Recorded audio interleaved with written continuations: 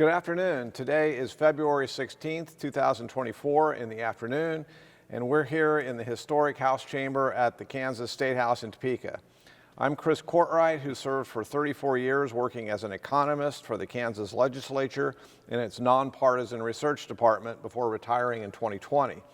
For full disclosure, Governor Kelly appointed me shortly thereafter to her bipartisan Council on Tax Reform, and I currently serve as a board member for a bipartisan 501c4 public policy-based organization known as Kansans First. Today, I'm privileged to interview former Representative Jim Gartner, who served in the legislature from 2016 to 2022 and has had a long, distinguished, and very fascinating career in both the private and public sectors. He proudly served in the Marines for 3 years from 1966 to 1969, including some time in Vietnam, which we will get to in a minute. Worked briefly at Goodyear, and shortly thereafter took an entry-level job with Southwestern Bell, where he turned out to be quite upwardly mobile, and in fact would continue to remain employed within or by the telecommunications industry for many decades. Jim received his business degree from Washburn in 1974. By the 1980s, he had become a State House powerhouse, and by the late 1980s, he was one of 2 lobbyists responsible for overseeing all federal and state issues that affected the company. Even after retiring as Vice President of External Affairs in 2001, Jim remained a fixture at the State House and continued to lobby for AT&T until 2014. A long-standing asset to his community, he has served on the boards of both TPAC and also the United Way of Topeka. You also, in 2009, get appointed to the Auburn-Washburn School Board and were subsequently elected to several more terms. He is still there in 2016 and serving as the board president when a prominent Topeka Democratic legislator announces her resignation from the Kansas House, and the party is suddenly looking for someone to replace her just prior to the summer 2016 special legislative session that is dealing with a school finance funding mandate from the courts. Re-elected to that seat 3 times before opting not to run again in 2022, you did not stay out of the game for long, and just within the past month have returned to state government at the request of Governor Kelly as a special liaison of sorts between the so-called second and third floors here at the State House, aka the administrative and legislative branches of government. Did I get most of that right? Yes, you did, Chris. This interview with Mr. Gartner is conducted on behalf of the Kansas Oral History Project, a not-for-profit corporation created for the purpose of interviewing former legislators and significant leaders in state government, particularly those who served during the 1960s and subsequent decades. The interviews will be accessible to researchers, educators, and the public through the KOHP website, ksoralhistory.org, and also the Kansas Historical Society and the State Library. Transcriptions are made possible as a result of the generosity of KOHP donors. Former Kansas House Speaker Pro Tem David Heineman is our videographer today. During your time in the legislature, Jim, you served on a number of committees, including the Veterans and Military, Energy, Utilities and Telecom, Agriculture and Natural Resources Budget, Legislative Post-Audit, and Taxation panels. And I think we will be delving into your work on the House Taxation Committee in particular here in a few minutes, if that makes some sense. Yes. Okay, before we jump into your legislative career and committee work and big issues and whatnot, let's briefly go back in time and fill in some of the prior history we mentioned and get some additional background. Are you a native Kansan, and if not, when did your family move here? A native Kansan, born and raised here in Topeka. Okay, lifelong Topekan. I do want to thank you once again for your service to your nation. As we mentioned, you joined the United States Marine Corps in 1966 and found yourself deployed to Vietnam in 1967. You were only there a short time before being wounded. Can you tell us a little about the circumstances under which you decided to join the Marines, anything you recall about your training, and then if you would care to, how you ended up getting wounded? Sure, Chris. Let me start by thanking you for having me today. I went to parochial schools here in Topeka, elementary schools, and ended up at Hayden High School and for 4 years. And I was really a pretty good student the first year. Second, third, and fourth, I liked to party a little bit more. And I thought to myself when I was a senior that, yeah, college sounded good, but I just was not ready. I needed more discipline in my life, more responsibility, and I'll never forget the Marine Corps recruiter came to Hayden to talk to the senior class, and with his dress blues on, and I was just blown away just looking at this gentleman and thought, gosh, that'd really be sort of neat if I do that. So I was 17 at the time, went home, asked my parents to sign a waiver because I was only 17. And after a long discussion, they did.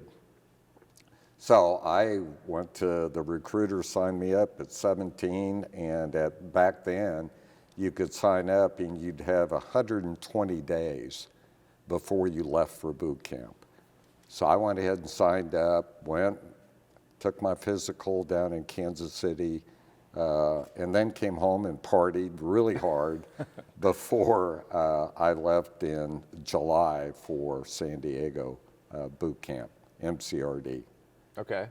So that was, I was on my way, made it through boot camp, which isn't the easiest thing in life, but made it through there, and then was, of course, they do a lot of testing. They want to actually find out, what would be your best military occupation for this individual, scholastically taking test, and I ended up being a combat engineer, which a combat engineer handled explosives, looked for mines, all those types of things.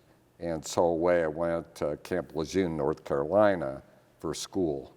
And after graduating from combat engineer school, back to San Diego, Camp Pendleton, and I believe it was at that point that they were asking actually for volunteers to go to Vietnam. I'd been in almost a year, and I thought, well, I'm going to go. I might as well go now. So I went ahead and volunteered and left from San Francisco and flew to Honolulu, to Okinawa, and then on into Vietnam. I think arriving early May, of 1967.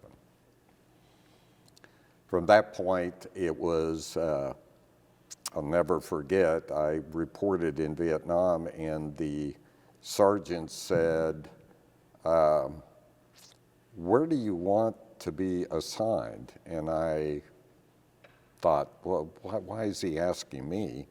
And he said, well, as a combat engineer, you could, do heavy equipment here around Da Nang, or we could send you out with the infantry and as a combat engineer.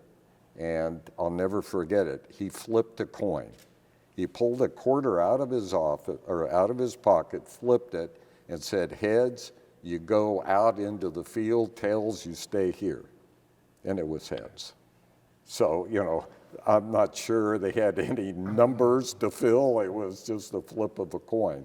So the next morning, I got up in the morning, boarded a helicopter, and away I went out into the field to join an infantry group out in the field that had been on search and destroy missions and just on patrol.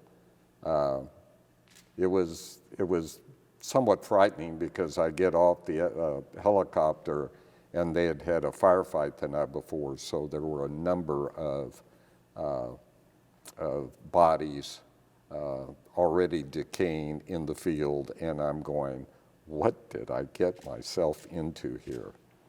And I had to sort of calm myself down a little bit, but away we went. I joined in, and so wherever the infantry went, we were attached to them as combat engineers, carrying explosives on our back, 20 blasting caps in my front pocket, of course, a rifle, and so wherever they went, we went. Mm-hmm. So, I mean, that was, we were out in the field. We would come back at base camp for a period of time and then go back out on patrol. I know a couple of times we were very close to Cambodia. In fact, I think we were probably in Cambodia a couple of times. So I was there approximately 2 months, and we were on another 30-day patrol out in the field for 30 days. I believe it was the last day, 29th day, that we were going to a different location to take over another base camp for another outfit. And we ran into considerable fire this morning out in crossing some rice paddies. And we took cover. In the meantime, they called in napalm strikes on this particular area we were receiving the fire from. And after a few minutes, our commander said, okay, let's get up and move on. The command came down. We did get up, and all of a sudden, a lot more fire started. So the napalm really didn't do any good. And the commander at that point in time said, well, we're going this direction. Let's run away from them. And so everybody started running. And of course, at that point, I had all the explosives on my back, and I was carrying mortars for the mortar group. I wasn't the fastest person, and a sergeant came up behind me, and he called me. He said, engineer, hurry up, or I'm going to stick my boot right up your back to help you. And all of a sudden, I felt this sort of warm and hot feeling in my foot. I went, oh. So I went down, and I heard everybody screaming for corpsmen, and I thought they would come look at me. Of course, well, no, the sergeant behind me was shot through the back. And I perceive it might have been the same round that hit my foot up in the air. I mean, the probability of that happening was in the millions, but so it entered the bottom of my foot and came out the top, which I didn't know at that point because I was laying there. And finally, I had to say, or sort of yell for the corpsman to come up and check me out, and he did, and he said, yeah, we're going to have to take your boot off because that's no good. That boot won't last any longer. And threw it to the side. He wrapped my foot up and said, just stay here, you'll be fine. We're going to call in a Minivac chopper to come and get the sergeant and myself. And they did, and the chopper came in. And the Marine Corps at that point in time didn't have the best equipment. Mm-hmm. They had, their choppers were not like the ones you see on TV in old films, Hueys. It was an old mechanical piston-driven chopper, and here they come in to pick us up. And of course, the VC are still there. And so the chopper, as soon as it comes in, they just, just fire away at the chopper. And we're on the other side. They had the sergeant on a tarp, and they put him up in the helicopter, and then they take me up, hopping up, and put me up lift me up where I'm hanging under my arms on the platform. And the gunner looks at me, which they have helmets and visors, but he looks right down at me and doesn't help me. And I'm screaming at him, help me, I'm a medevac, you have a medevac tag on. And I understand why, because all the fire from the other side was coming in. He had people dropping over in the helicopter, and all of a sudden the helicopter starts taking off. And I'm still hanging there. So we get up to approximately, I probably have inflated this over the years, but it was probably 10 feet up, and I had to make a decision, either drop or I'm gonna probably die.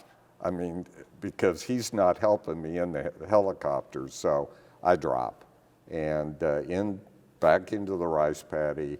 Helicopter does get out of there, and then the commander asked us to come back where we had more cover, and he has someone make a crutch out of a tree limb for me. One crutch doesn't do it when you need two. And finally, a gentleman, a Marine, he was a forward observer for the artillery group, came over, picked me up, fireman's carry, and said, let's go. So he carried me. I was shot probably at 8 a.m., 8:30 a.m., and here we go. And he's carrying me to a location where a helicopter can come in and medevac me. It was, he carried me through fire, open fire, rice paddies. I was never prayed so much in all my life. When you hear shells breaking the bullets breaking the sound barrier, they pop. And my head was towards them, and I kept telling him, turn me around, because I knew if I did get shot in the head, I was a goner. I'd rather be shot in the rear end than the head. So he finally got me through that. The medevac chopper came in at 4:30 that afternoon, so he carried me all day. Wow. And Put me on the helicopter. They had given me some painkillers, but I'm not sure mentally I was all there because I forgot to even ask his name. And I didn't know him prior to that because he was a forward, in the artillery unit attached to the infantry. So I've been, over the years, I've tried to look for him, try to find his name, find him. I've had people scour the records in DC, the Marine Corps records, and to no avail. But basically, he saved my life. So back to Da Nang, to the hospital, surgery, and then on to Japan. And I thought I'd end up going back to Vietnam, but they said, no, you've broken a couple bones in your foot. They're gonna take 6 months to heal. And I ended up coming back to Great Lakes Naval Hospital, I think 4th of July, 5th of July of '67. I remember calling home and they were having a party, 4th of July party. And they thought I was calling from Vietnam. And when I said, no, I'm in the hospital in Chicago, it went from sheer joy and laughter to just quiet. Everybody was very quiet. Oh my gosh, what's occurred? But I stayed in Chicago, rehabilitated, and then went back to Camp Lejeune, North Carolina, and then on to Subic Bay for the last year to guard the naval magazine, Subic Bay, Philippines. And it worked out perfectly because then I didn't have to go back. Understood. So that was a long Marine Corps story, but. And a fascinating one. Okay, well, when you did get out of the Marines in 1969, you apparently went to work for a short time at Goodyear here in Topeka. Can you tell us about that job and maybe why you ended up not staying there very long? Sure can. Of course, I needed a job, and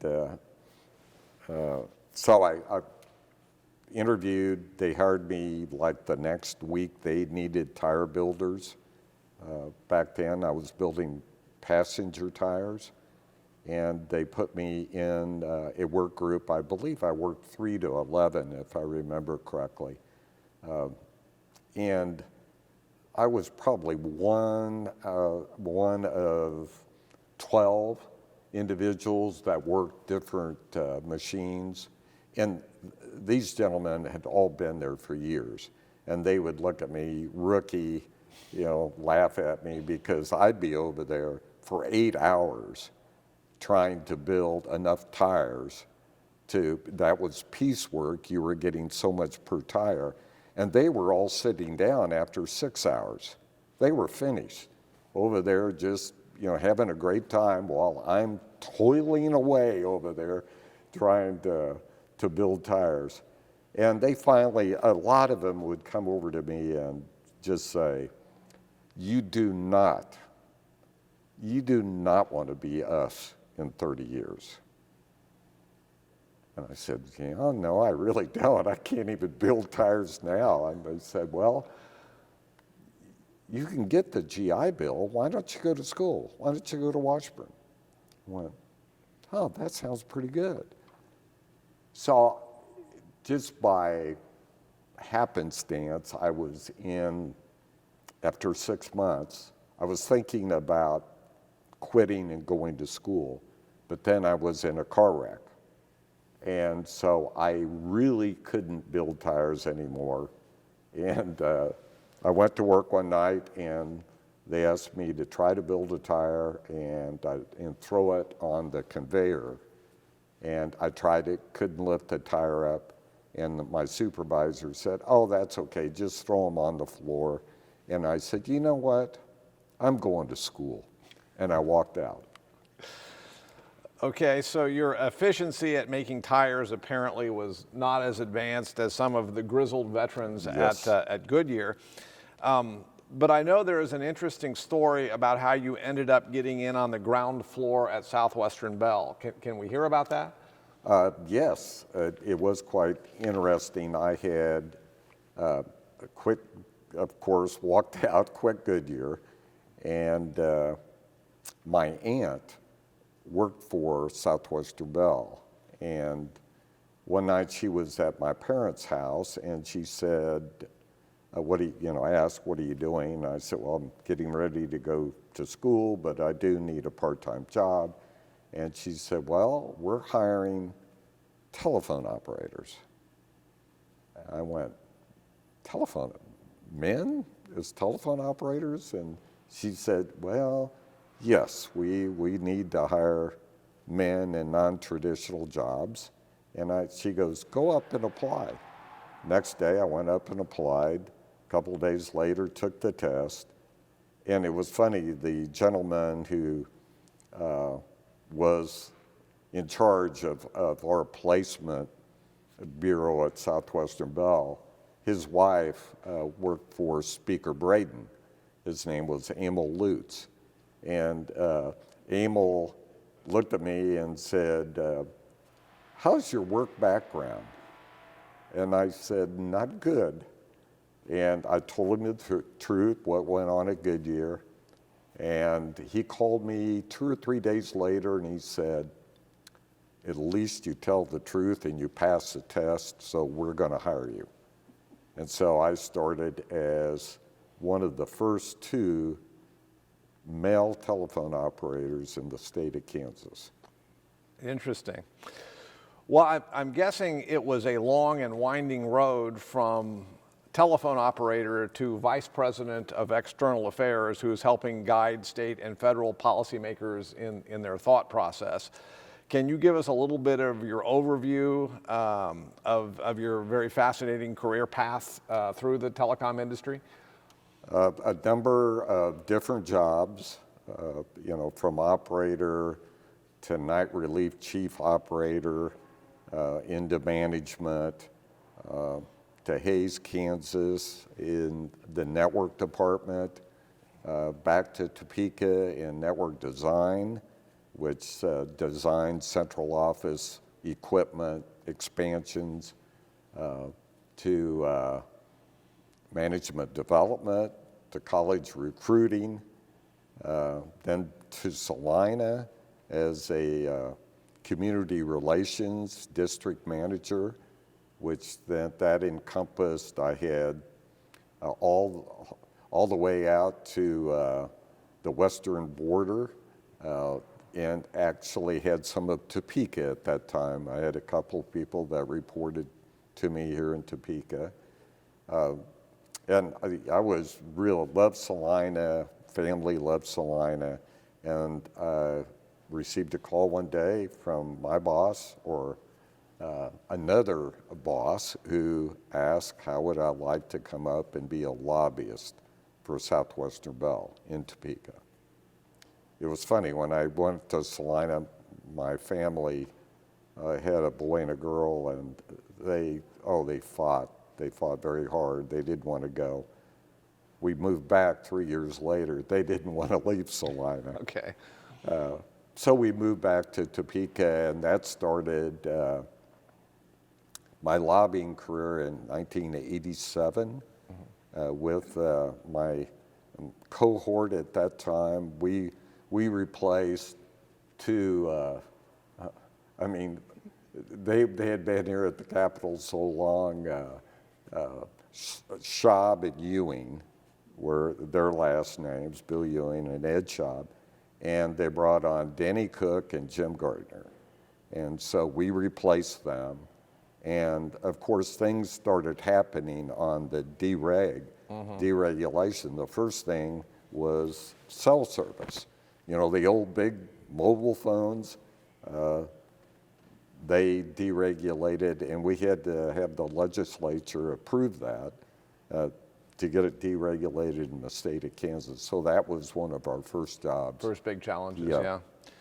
Well, I can imagine that you could write a book about all the fairly complex policy issues you were tracking at all levels of government during your time in public affairs for the industry, given what was happening with the AT&T breakup, deregulation, new technologies, and of course the challenges of making sure consumers in a relatively rural state like Kansas are going to be able to maintain and improve their access.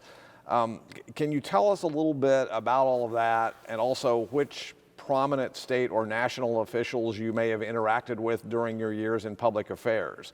Did you routinely work with Senators Dole and Castlebaum and other members of the Kansas delegation on federal issues? And then also maybe any funny stories or memories or key issues beyond the one you just described that were in play here at the state level? Well, at that time, there was just so much going on in the telecom industry. Everybody, from breaking AT&T up to sort of putting it back together later on. It was quite interesting. But when, of course, we broke up into various regions, every region was out trying to get further deregulation. That was the key word. You know, call it what it is. I mean, we had very interesting names. I think in Kansas it was called Tele-Kansas 1 and Tele-Kansas 2, that we were over here trying to show the legislature that there was more competition in the residential market, that we were no longer a monopoly and needed to move out from under that umbrella. At the same time, at that point, for those 3 years, we also, as you pointed out, had the responsibility of the federal delegation. So we would make trips to DC, spend some time with the congressional delegation, not so much the senators in particular, but of course all their staffs. We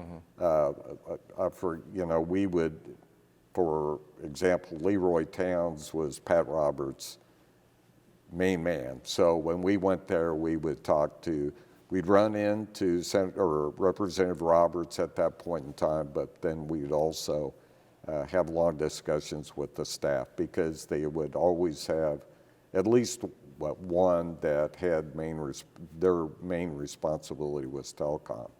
So we would talk to them.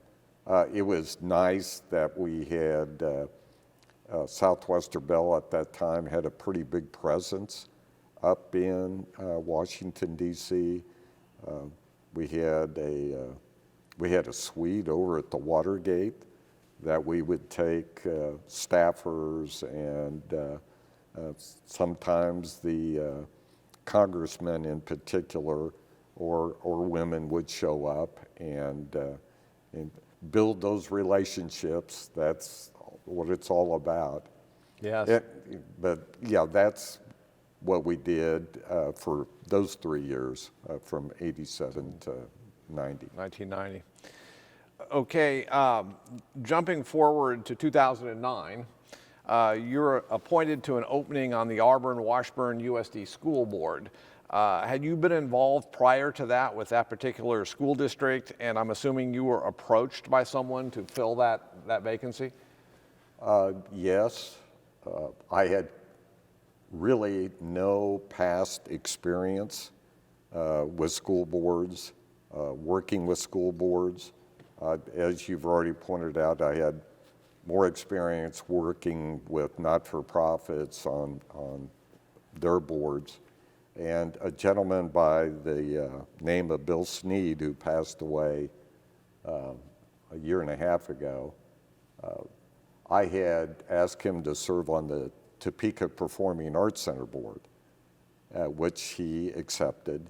So this was sort of turnaround, because he was president of the Auburn-Washburn School Board. And when he saw that I lived in that area, he asked me to come out and interview. And so there were, I think, 8 or 9 applicants that interviewed, and luckily I was their choice. I'm guessing that the whole smorgasbord of issues you dealt with during your many years on the school board, including budgeting, relationships with superintendents and staff, ensuring the best educational opportunities for students, all of that also included an introduction to the somewhat Byzantine world of the state's school finance formula. Not just how it was being interpreted by the courts, given the constitutional mandates for adequacy and equity, but also the legislature's decisions about how to best comply with all of that. Do you feel like your decades of previous experience working with state policymakers helped you at least understand their thought process, even if you may not have always agreed with the outcome? In other words, did your previous work with legislators here at the State House give you any kind of leg up on your school board colleagues relative to understanding decisions that were being made here? I would say yes. The experience did give me more of an insight on what was happening here at the Capitol with the legislature, and I could then pass that on to my school board members, because they really didn't know the process that went on up here. And so I think it helped in that aspect, but it was a whole new world for me. Budgeting for schools and school boards was completely unreal. It took me probably a year to just sit down with our finance gentlemen to go through, because they have all these different accounts, and of course we were very concerned about what was going on here at the legislature on the funding level, of course. Yeah, and that's where we're going to head next. During your final 4 years on the board, from 2012 to 2016, the state was deep into the self-described experiment on its tax code implemented by former Governor Brownback and his supporters. This was an era where the state's finances had collapsed to the point where the situation was making national news. I also think it was during this time that lawmakers began trying to implement the so-called block grant funding concept for K-12 schools and begin moving away from weightings in the formula that had acknowledged specific student demographics and other factors. So with all of this as the backdrop, is this one of the reasons you decided to jump more directly into what was going on at the State House? When Annie announced she was resigning just prior to the 2016 summer special session involving school finance, you must have seemed like a perfect choice to be her replacement, given that at that point you were president of the Auburn-Washburn School Board. At that point, were you approached by party officials, or was getting plugged into her seat something you sort of sought out on your own ticket? I didn't seek it out. Bill Snead didn't have a hand in it? No, he didn't have a hand in it, but it was really, and going back a little bit,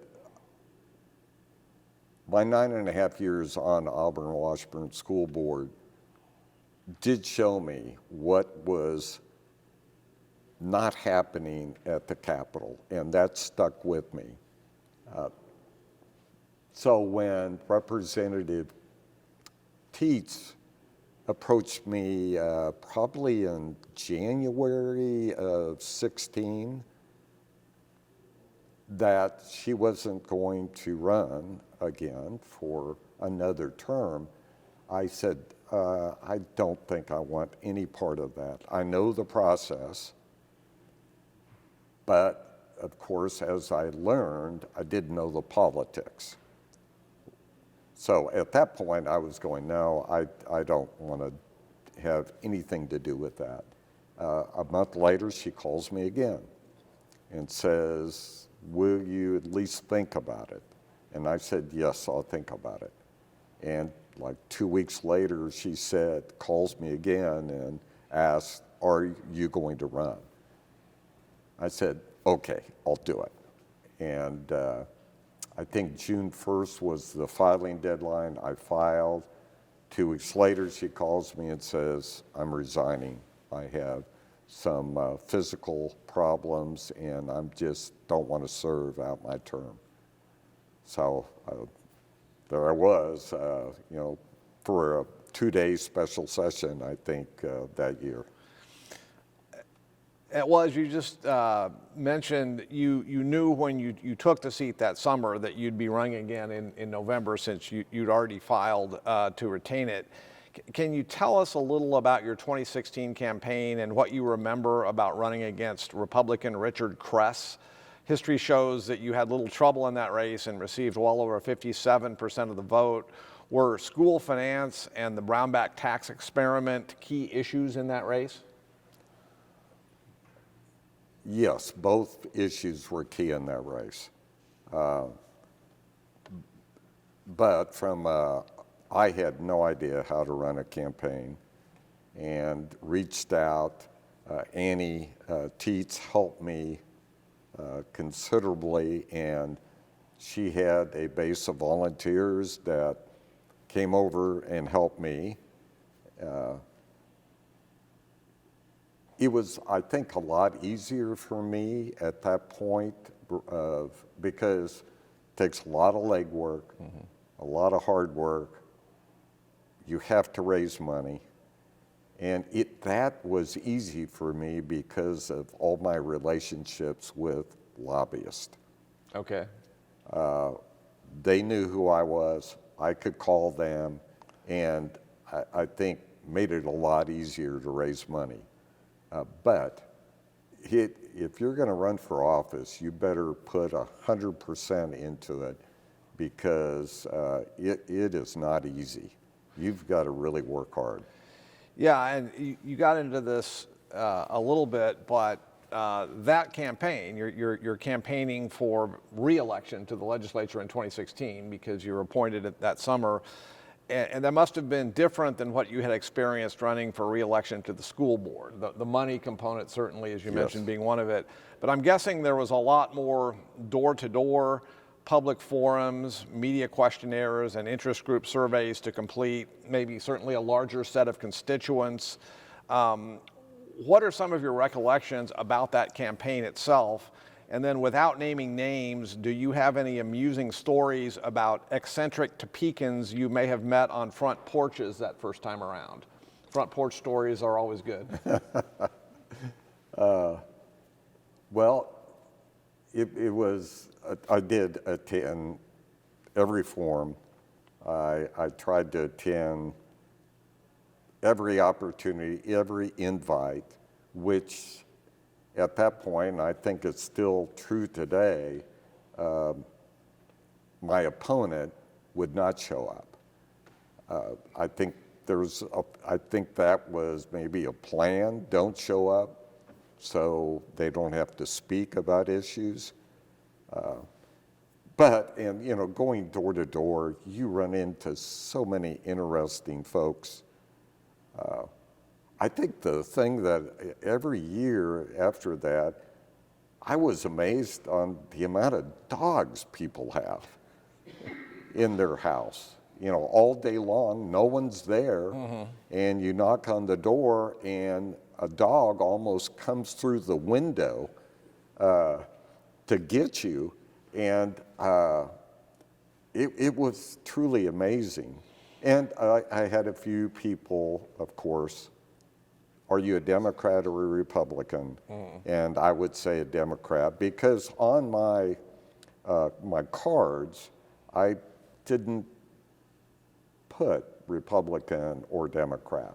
I wanted to introduce myself, tell them what I stood for, and then if they ask, fine. But a lot of doors were slammed in my face. But on the other hand, a lot of nice, most of them were very nice people. And I enjoyed going door to door, except for the dogs. Sure. The next question is one from 20,000 feet. Without getting into any specific school finance or tax issues, all of which we're going to get to here shortly, can you tell us, once you had transitioned from the lobbying world to actually being in the legislature yourself, how your perspective must have changed? As a longtime State House fixture, I'm guessing that not too many things surprised you in your new role about legislative inner workings and nuances, but maybe just a few did. Any thoughts you may have had along those lines now that you were even more directly and intimately involved with policymaking as a voting member of the legislature, or was it all a fairly seamless transition for you? The process was pretty much seamless. I knew the process, had been around, understood it. What I didn't really understand was how politics can really get so involved. And I still question that today. And then on the other hand, I was surprised how hard it was to be a legislator. I think good legislators, and I count myself as a good legislator when I served, you work from almost dawn to dusk every day during the session if you want to do a good job for your constituents. And so I was totally impressed. There was a lot of work, a lot of reading, a lot of involvement with constituents, especially in session when they'd come by and want to visit with you. And I'd listen to everybody. Now, I might not agree with their viewpoint, but I would try to explain what my position was. And now, a majority of legislators do that every day. Some don't. And I always question, how are those folks getting reelected again every 2 years? But they do. But some of them just don't put a lot of effort into it. Understood. When you get here in 2017 for your first regular legislative session, you were assigned to the powerful House Taxation Committee during a particularly contentious and interesting time. You continued to serve on the tax panel through the end of your tenure in the legislature in 2022 and became one of its most highly respected Democrats, and in fact served as ranking member during your last 4 years. But by the start of the 2017 session, the Brownback Tax Experiment had already undergone some significant and ongoing stress since its implementation in 2012. In the intervening years, the legislature had painful spending cuts, so-called smoke and mirrors budget gimmicks, and even backfilling tax increases on the table pretty much every year. Backfilling tax hikes had been enacted in both 2013 and 2015, and by 2017, it was clear additional surgery was going to be done on the state tax code, as you will recall. A number of lawmakers, especially new ones who had gotten elected in 2016 and had gotten an earful from voters about the extent to which the state's fiscal crisis had sort of become ongoing and institutionalized, seemed ready at that time to end the experiment. The legislature approved Senate Bill 30, which repealed the controversial non-wage business income exemption and also restored the individual income tax to a 3-bracket system after it had been reduced to 2 brackets for the prior 4 years.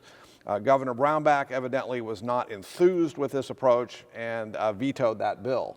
But the legislature by this time had simply had enough and rather remarkably rounded up 2/3 majorities, which of course included both Republicans and Democrats in both chambers, and overrode his veto. All of this must have seemed a fascinating environment for you to have landed in during your first regular session, I'm guessing in 2017. Can you tell us what you recall about the dynamics of how all that occurred? Yes. As I've already pointed out, that was one of my main causes that I ran, was to overturn the Brownback Tax Experiment. So when I was elected, it was a key issue, and we had a unique freshman class. We had, I think, about 51 new freshmen. A number of them were moderate Republicans. I would think about 30. I think Democrats were up to 41, if I remember, of the House, made up of the 125. But was, I think, unique and made our class such a great class is that the first day we were here in orientation, now Senator Brenda Dietrich, who was the superintendent at Auburn-Washburn when I was there, she and I had talked about establishing a partnership, a chair and a vice chair for the new freshman class. And we did. We agreed. We were up in front of the class and offered our services, and everybody accepted. And from that point on, every week we would have a legislative lunch with just our class. And we would learn about the budget, we would learn about the rules, we would learn about tax issues, and that went on all session. So by the time, towards the end of the session, when the tax issue, I think it was Senate Bill 30, yes, came before us, we were there. I mean, we had talked all session, and a group of women legislators had splintered off, had come together to talk about the Brownback Tax Experiment in Senate Bill 30. And so when we had the opportunity to override the veto, we were all there. So that institution or that mechanism of a class caucus had not really existed before until you and Brenda sort of put it together? I'm not sure, Chris. I don't know. I don't remember anybody telling me that, oh yeah, that's happened every year. In fact, I was asked to come back 2 years later and speak to the incoming new class, and I pleaded with them. I said, you really need to do this. And of course, they didn't.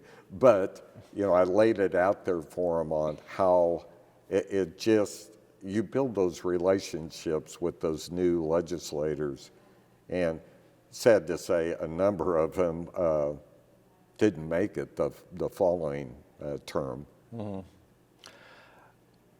During your first full term in 2017 and 18, did you have a lot of personal interaction with Brownback or his successor, Governor Collier? Any memories of meeting with them or stories about how effective they were in dealing with the minority party? No.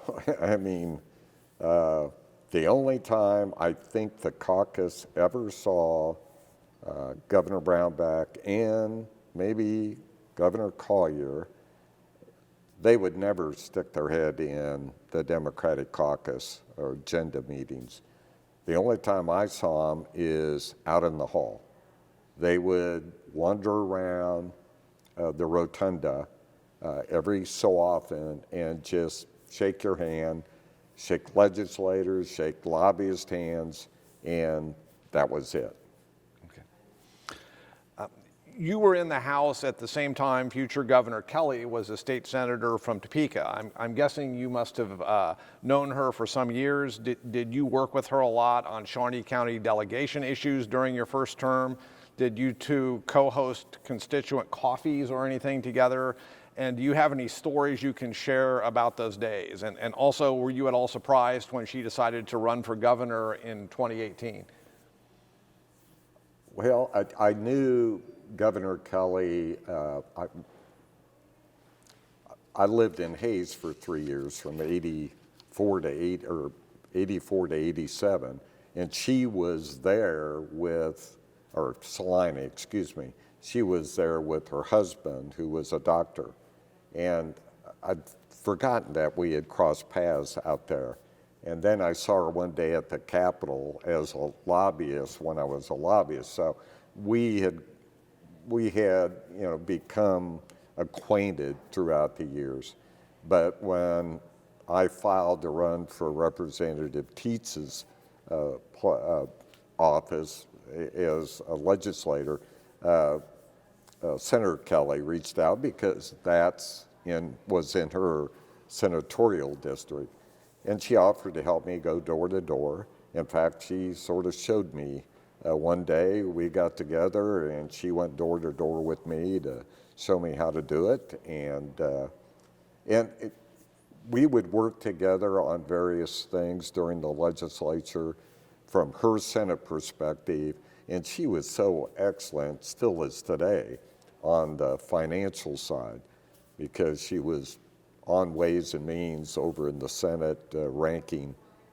So I'd always look to her for advice, especially on budget items. Mm-hmm. You were surprised? surprised or not when she was going to run for governor in 2018? Well, I believe she was planning on running for Congress. And I think she actually was starting to raise money to run for Congress. And in fact, I gave her some money for that. And then I don't know, she took another look at it and said, maybe I'll hold off here, because I believe Congresswoman Jenkins was running maybe for re-election. And then Governor Kelly, Senator Kelly at that time thought, well, maybe I'll wait a little bit. So she did not run for Congress, and then didn't surprise me a bit that she ran for governor in 2018. Well, as you indicated, soon-to-be Governor Kelly in 2018, of course, prevailed in a three-way Democratic primary in August, and then in sort of a three-way race that November. You, on the other hand, ran without opposition in 2018. Were you helping her or other Democrats with strategy and messaging or anything during the 2018 cycle, given that you were getting sort of a free pass that year? I did help. I mean, we did do some door-to-door and some other items for, of course, financially I helped her, but whatever I could do, I was also helping other Democrats in Shawnee County I did help on their campaigns also. After Governor Kelly is elected, I'm guessing that your interactions and those of your caucus with Second Floor may have been more frequent during your final four sessions from 2019 to 2022 than they had been in 2017 and 2018? Yes, yes. More interactions, especially 2 years ago. That would have been, 2022, when the governor had put forth the sales tax on food bill to eliminate that, and we spent a lot of time working together on that issue. And that feeds into my very next question. I know that you and others have expressed frustration about the refusal of the 2022 legislature to fully exempt food from the state sales tax as of July 1st of that year, which is what the governor had originally proposed, and what some people, yourself included, said a significant majority of the legislature likely supported. I know that at one point during the 2022 session, you made a procedural motion to bring the full and immediate exemption bill out of tax committee and place it on the House General Orders calendar. Do you recall how Republican leadership reacted at the time you made that motion, which ultimately was defeated, and what their rationale may have been to not want a vote on letting the full food exemption happen on July 1st of 2022? I do remember that very well. We strategically, we knew it wasn't going to move forward, so we came up with the strategy to pull that bill out of committee. And I actually went to the well. It was late at night. I forget what day it was, and pushed my button, went up, stood by the speaker, and he did not recognize me. So I believe someone told him that that's what I was going to do. So he just ignored me. We adjourned for that evening. So the next day or 2 days later, I made the motion, and it has to sit over 24 hours. And I worked my tail off on trying to get Republicans to, because I believe it needed 70 votes. And I was hearing very positive things about it.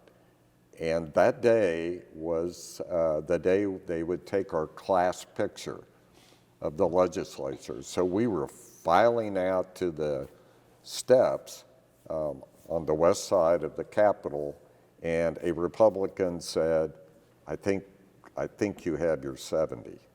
And I was, just elated.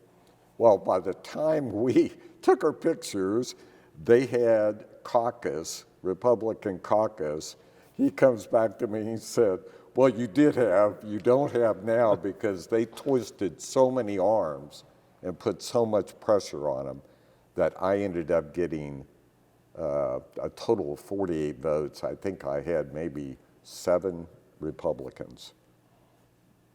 So that's the way this process works. Looking back at your final election in 2020, I would note that although you did have opposition that time around, you received nearly 55% of the vote in the general election against your GOP opponent. Was there a specific reason you decided to not run again in 2022? Was 6 years here in the People's House more than enough? Was it time to move on into retirement and play more golf? What was? It was a combination, Chris, of all those things. I became very frustrated as a legislator, as a Democratic legislator, trying to get really good things accomplished for the people. And I was just, and being in really the minority, it's so difficult to get anything on the big issues. You know, the legislature passes hundreds of bills every year, and most of them, everybody comes together and supports. They're not, but when you get to those education funding, tax issues, Medicaid expansion, I mean, the list can go on and on. You just can't make any headway because Republicans just will not, their ideology, leadership, they don't, in my opinion, they don't really care what their constituents think. Once they're up here, they do what their ideology and what leadership tells them to do. As we mentioned earlier, you have very recently re-entered the political arena working for Governor Kelly. And certainly in addition to your expertise on tax policy, you have a great deal of background relative to school finance, as we have discussed. I know that just last week, the Kansas Supreme Court officially relinquished its oversight of the Gannon decision that had compelled lawmakers to provide additional funding.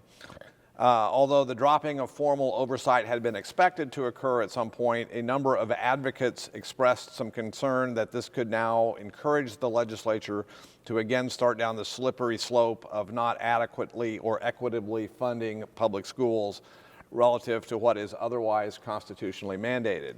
Are you hearing that concern expressed by legislators, and have you had any conversations with the governor as to whether she might be similarly worried? I haven't had a conversation with the governor about that, but I'm sure she is worried. Most of the legislators that I have talked to, especially on the Democratic side, are very worried. But you know, every year, education is under attack. Be it vouchers, be it special ed funding from the Republican side. So we just have to be steadfast. I mean, we cannot give up on this, you know, moving forward on education funding and following now that the Supreme Court has released. I wish they would have kept an oversight on that, but since they haven't, we need to keep doing it. And, you know, that's one of the, I mean, Governor Kelly is the education governor. She continues to fulfill that requirement, put in a cost of living. So, you know, I hope that continues. Again, by way of full disclosure, I would point out that we've known one another for some years, and I was a member of your staff during many of the years you served on the tax panel. I've never known a single person who had a bad word to say about you, and that's especially remarkable given the multitude of different jobs you've had here working and influencing and directly making policy in and around the State House. Do you think your disarming nice guy approach has made it easier to work with people over the years who might otherwise have had different viewpoints or perspectives? I think so. You know, I've always tried to approach every encounter, again, relationship building. Every encounter is or approach something with common sense. You know, I had great mentors after serving, why I wanted to serve on the tax committee. Not many people want to serve on the tax committee, but I had mentors over the years that I followed, like former Representative Joan Wagner. I had you in the research department that we had a number of conversations about taxes, and Representative Tom Sawyer, who was the ranking on tax when I came in. And so tax was just something I always wanted to sort of dig my teeth into and really get to know and educate myself on. Given that you've been around the political whirlwind here at the State House since at least the 1980s, how would you compare and contrast the institutions of state government today, especially the legislature, with the way things were 3 or 4 decades ago? What are the biggest differences, and are those differences generally positive or negative in your mind? It has changed over the last 30 years. The legislature, well, when I first started lobbying, it was more moderate. Things could get accomplished every session, maybe not everything, but we were moving right along. And of course, I always, you know, the old pendulum, as people point out, moves back and forth. And then we started moving towards more conservative thinking, ideology. That's occurred over the last 10, 12, 14 years, and that's where we are now. And I think it's going to be a while longer before it starts swinging back. I just think we need more common sense, more middle of the road folks in the legislature, and that can work together and compromise and get something accomplished.